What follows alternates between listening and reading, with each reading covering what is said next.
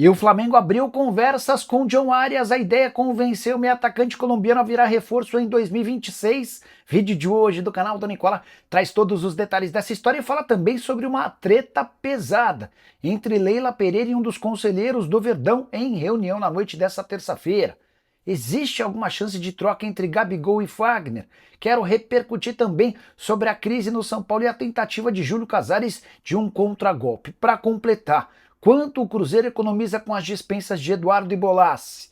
Tem ex-jogador do Boca Juniors oferecido ao Galo.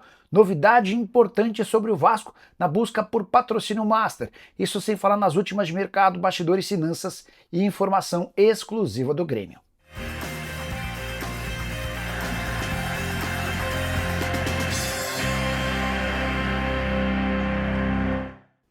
Fala aí pessoal, sou Jorge Nicola, bem-vindos a mais um vídeo do canal, sempre bom ter vocês por aqui. Sem perder tempo, pedir para deixar like, se inscrever no canal e ativar as notificações antes das notícias. Bora contar que o palpitão do Nicola dessa quarta-feira tem oferecimento de Betboom, parceira do canal do Nicola e licenciada em território brasileiro, com autorização inclusive do YouTube. Minha sugestão para essa quarta-feira depende de 4 resultados. Tô indo na vitória do Atlético de Madrid fora de casa na Copa do Rei. Tô indo na vitória do Vitória de Guimarães contra o Aves na Taça de Portugal. Tô indo na vitória do Real Madrid também pela Copa do Rei na condição de visitante para completar na vitória do Benfica contra o Farense em jogo da Copa de Portugal. Se esses 4 resultados bem plausíveis acontecerem, a gente pega uma odd de 2,18. E o melhor vem agora. Para participar na Betboom é super simples, tem link no comentário fixo na descrição desse vídeo. Clica, faz seu cadastro, só não esquece de usar o promo code Nicola para que o pessoal saiba que você veio daqui. Combinado? Só é importante lembrar que para brincar na Betboom você precisa jogar com responsabilidade e ter pelo menos 18 anos de idade. Agora sim, bora começar o vídeo com aquele tradicional giro de notícias para contar que a CBF alterou o horário do jogo de volta da final da Copa do Brasil. Vasco e Corinthians se enfrentariam no domingo 18h30 no Maracanã. A partida foi antecipada para 18. Já o Fluminense perderá Thiago Silva e terá uma reformulação em seu elenco para 2026. Thiago Santos, Everaldo e Keno não devem ficar. O Fluminense também está aberto a propostas por Igor Rabelo, Lima e John Kennedy. Bora falar agora sobre o esporte, que tem negociações avançadas para contratar Júlio Rondinelli como seu novo diretor executivo de futebol. Júlio trabalhou nos últimos 3 anos com o Juventude e já havia sido vice-campeão paulista pelo Água Santa. Já o Ferencváros, da Hungria, recusou a segunda proposta do Botafogo pelo volante Júlio Romão. A ideia do Botafogo havia sido de pagar 1,5 milhão de euros, Ferencváros quer 3 milhões de euros. Para completar o giro de notícias, contar que o desmanche no Mirassol continua. A última saída é de Chico da Costa, centroavante que pertence ao Cerro Porteño, 30 anos de idade, e ele está sendo devolvido para o clube paraguaio. Já PP não ficará no Vitória para 2026. O meia atacante, cujo contrato só se encerra em dezembro de 27, não faz parte dos planos da diretoria do Leão. E a saideira, Oscar Romero, irmão de Ángel Romero, não terá seu contrato renovado no Internacional e está voltando para o Cerro Porteño, onde começou a sua carreira. Ele vai ser um dos reforços do time paraguaio para a próxima edição da Libertadores. Não ficaria surpreso se o irmão dele, Ángel Romero, de saída do Corinthians, também se juntasse nesse projeto. Para falar agora sobre o Grêmio, que história é essa de que o tricolor gaúcho fez proposta de 5 milhões de euros ou 32 milhões de reais por Everton Araújo? Volante que pertence ao Flamengo, tem 22 anos de idade. Formação trazida por páginas que cobrem o Flamengo nas últimas horas. Entrei em contato com o Grêmio e posso assegurar que não existe negociação, abre aspas para minha fonte, não tem nenhuma proposta e nem existiu, nem existirá negociação, fecha aspas. Confesso que achei os números meio estranhos. Informação dava conta de que o Luiz Castro havia pedido esse jogador e de que a proposta era por um contrato de 3 temporadas. Flamengo, dono de 70% dos direitos econômicos, volta redonda, é dono de 30%. Por que essa operação me parecia estranha? Porque o Flamengo já teve sondagens de clubes do futebol do exterior, entre eles o Bayer Leverkusen, com propostas, cifras, ofertas que gerariam em bem mais do que 5 milhões de euros. Atleta que na atual temporada disputou 36 jogos com 1 gol marcado. E esse papo de que o Vasco terá novo patrocínio, podendo até dobrar os atuais vencimentos. Você sabe que a Betfair está de saída do Vasco, O contrato acaba em dezembro, há uma possibilidade de prorrogação automática por mais 2 anos, mas o Vasco não tem a intenção de continuar com a sua parceira, tudo por causa da grana. A Betfair paga 47 milhões de reais fixos. E a ideia dos donos da Betfair é que o Vasco passe a ser patrocinado pela Bet Nacional, outra empresa do mesmo dono. Só que não haveria nenhum reajuste nos valores, o Vasco disse não concordar com o acordo e a negociação está praticamente encerrada. De acordo com o Lucas Pedrosa, que cobre o Vasco no SBT, o Vasco hoje negocia com uma outra bet e sonha em faturar cerca do dobro. Isso significaria algo na casa dos 94 milhões de reais. Dessa maneira, o Vasco passaria a ter o quarto maior patrocínio master do futebol brasileiro, só atrás do Flamengo com 268 milhões, do Corinthians com 103 milhões de reais e do Palmeiras com 100 milhões. Confesso que me pareceu um número alto demais para alguém que hoje ocupa uma posição só razoável no ranking dos maiores patrocínios. Se o Vasco conseguisse alcançar algo próximo aos 78 milhões de reais do São Paulo, já seria uma baita vitória. Mas esses 2 jogos contra o Corinthians, nessa quarta e no domingo, valendo o título da Copa do Brasil, podem ajudar o Cruz Maltino numa negociação bem melhor. Isso porque, além do título e toda a exposição, o Vasco, caso campeão, ainda estaria na Libertadores da América de 2026, na fase de grupos, o que certamente dá ainda mais visibilidade. Só para completar, registrar também que o Vasco aguarda a resposta do Monterrey do México à proposta de empréstimo de 1 ano pelo meio-campista Johan Rojas, colombiano que chegaria por 1 ano, com a opção de compra. Ele poderia se juntar a outros 2 conterrâneos dele, zagueiro Carlos Cuesta e o atacante Andrés Gomes. Bora falar agora sobre o Galo. Informação é de que Sebastián Villa, atacante ex-Boca Juniors, recentemente sugerido ao Flamengo, ele também foi oferecido ao Galo. Notícia trazida pelo meu amigo Thiago Fernandes. Vale a lembrança de que o Sebastián Villa está no Independiente Rivadavia, da Argentina, titular absoluto por lá com bons números. 38 jogos, 6 gols e 9 assistências, mas está decidido a deixar o clube. O grande problema é que o Rivadavia pede cerca de 12 milhões de dólares para fazer negócio, algo completamente descabido para alguém de 29 anos de idade. Especialmente porque o Villa havia sido comprado pelo Rivadavia junto a um time da Bulgária por 2 milhões e 800 mil dólares. Ele não fez nada que o valorizasse tanto em tão pouco tempo. Diante dessas cifras, dá para descartar qualquer possibilidade de negócio do Villa com qualquer clube brasileiro. Só para completar em relação ao Atlético, registrar que Alan, volante que pertence ao Flamengo e havia sido do próprio Galo, não será contratado.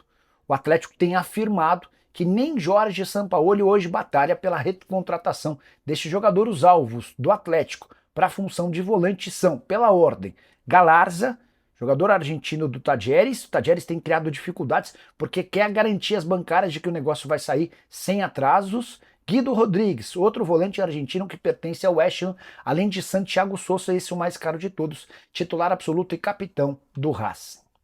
Preciso falar agora sobre o tamanho da economia do Cruzeiro com as dispensas de Bolassi e Eduardo. Os veteranos que haviam sido contratados por Alexandre Matos para essa temporada não terão seus contratos renovados. Os vínculos se encerram em 31 de dezembro. E dá para contar que o Cruzeiro vai economizar mais de R$1 milhão por mês. São mais de 13 milhões de reais por ano, incluindo o 13º. O Eduardo ganhava 600 mil mensais, enquanto o Bolassi tinha direito a 450 mil mês. O Eduardo ainda fez 51 jogos, 21 como titular, 5 gols e uma assistência.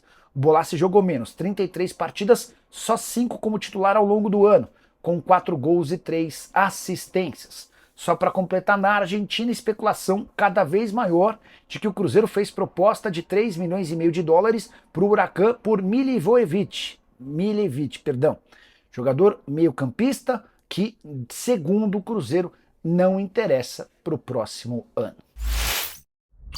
E Leila Pereira viveu horas agitadas. Na noite dessa terça-feira, em reunião do Conselho Deliberativo, ela foi duramente criticada pelo conselheiro de oposição José Corona Neto. O Zé lembrou que o investimento do Palmeiras nesse ano foi extraordinário. 703 milhões de reais apenas com reforços. Isso sem falar na folha salarial e numa temporada de nenhum título. Segundo José Corona, todo o sucesso que a Leila teve nos seus primeiros anos de mandato foram consequência do time montado pelo Alexandre Matos e pelo ex-presidente Maurício Gagliotti. O conselheiro deixou bem claro que, na visão dele, Tudo que a Leila construiu a partir do empenho próprio dela foi em vão. O Palmeiras tem cada vez piorado. O conselheiro ainda atacou duramente a presidente pela tentativa de golpe. É que a Leila Pereira está tentando mudar o estatuto para tentar concorrer a mais uma reeleição. Seria seu terceiro mandato. Pois bem, queria contar que a Leila não aceitou as críticas e prometeu procurar a justiça para condenar o conselheiro. Por falar no conselheiro, José Corona Neto acabou saindo da sala escoltado por seguranças. Aqui vem uma informação exclusiva. Não foi apenas esse ataque da oposição que acabou causando preocupação na Leila Pereira.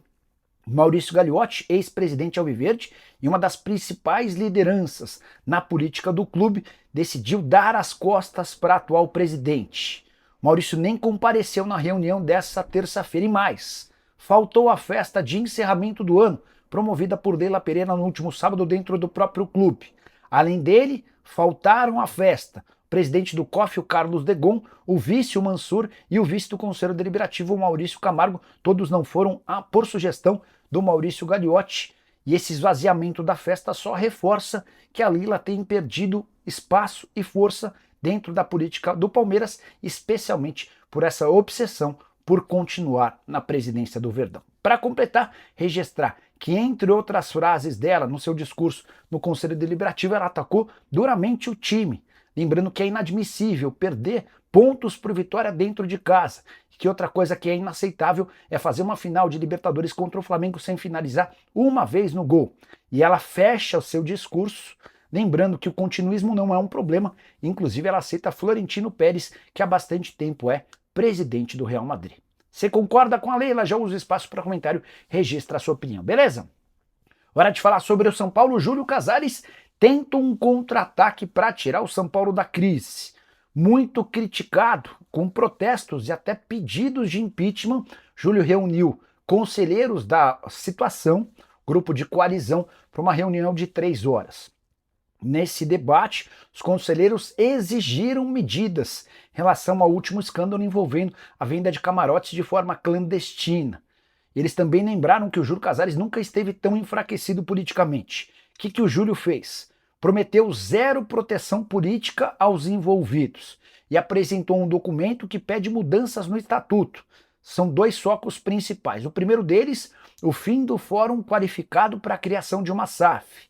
Júlio Casares está dando o primeiro passo para que o São Paulo possa avançar no projeto de sociedade anônima do futebol. Ele também quer a separação formal entre futebol e clube social. Estou muito curioso para saber como essa declaração, essa intenção do Júlio vai repercutir entre membros do Conselho. Para completar, registrar que a Comissão Legislativa do São Paulo tem 30 dias para avaliar o conteúdo desse documento e encaminhar para a votação do Conselho Deliberativo. Hora de falar sobre o Flamengo, que iniciou conversas com John Arias. O meio atacante colombiano, ex-fluminense, é um velho sonho do Flamengo, do Palmeiras e do próprio Fluminense, mas somente agora o Flamengo deu seus primeiros passos, procurando representantes do jogador para apresentar o projeto esportivo e o plano financeiro.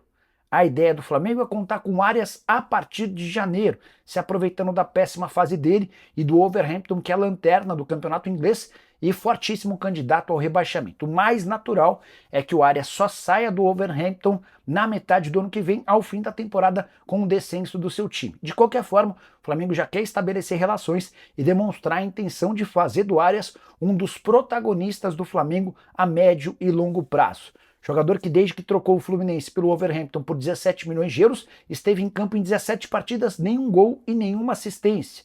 Foi titular em 12 jogos, reserva em outros 5. Palmeiras e Fluminense também mantêm contato e sonham com a contratação de John Arias. O que você pensa sobre esse jogador? Já usa o espaço para comentário e registra a sua opinião, beleza? O que você acha da ideia de trocar Gabigol por Fagner? Maluquice? Pois saiba que esse movimento tem ganhado cada vez mais adeptos dentro do Corinthians. Já havia contado para vocês que o Gabigol desperta a atenção dos dirigentes mais próximos de Osmar Stabile. Muita gente defende que o Gabigol vire reforço alvinegro. Essa possibilidade estava praticamente descartada diante da possibilidade real de continuidade de Memphis Depay e Yuri Alberto. Mas, dentro do Corinthians, começa a surgir uma esperança, uma luz no fim do túnel. É que o Cruzeiro quer a manutenção de Fagner emprestado até dezembro de 2026. O contrato atual de empréstimo se encerra no fim desse ano. Ele tem mais um ano de contrato com o Timão. E o Cruzeiro decidiu pela permanência do Fagner, até por isso vai procurar o Corinthians para iniciar discussões sobre o tema. Fagner foi emprestado ao Cruzeiro de graça, com metade dos salários pagos pelo Corinthians, a outra metade pelo Cruzeiro. Ele ganha R$800 mil mês. Qual a estratégia de Osmar Stabile e companhia? Quando o Cruzeiro procurar para tratar sobre o Fagner, o Corinthians vai tentar entender as condições para um eventual negócio com o Gabigol. O grande problema diz respeito ao salário do atacante. R$3.450.000 por mês. É quanto o Gabigol ganha entre salários, direitos de imagem e luvas. Sim, o Gabigol é hoje o terceiro jogador mais bem pago do futebol brasileiro, só atrás do Memphis Depay e do Neymar. Se o Corinthians conseguir a aprovação do Cruzeiro para um empréstimo gratuito e com parte boa dos salários dele sendo pagas pela Raposa, pode haver negócio, qualquer outra negociação que envolva mais dinheiro. Vai ficar bem complicado, especialmente para um timão que passa por enorme crise. Corinthians e Cruzeiro se enfrentam no jogo de ida da final da Copa do Brasil na noite dessa quarta, Neoquímica Arena absolutamente lotada, jogo que vale R$44 milhões, além de vaga na Libertadores da América do ano que vem em uma taça absolutamente importante. Para você da Corinthians ou Cruzeiro, já usa o espaço para comentário e registra sua opinião. Só não esquece de deixar like, de se inscrever no canal. A gente se encontra assim que surgir notícia. Tchau.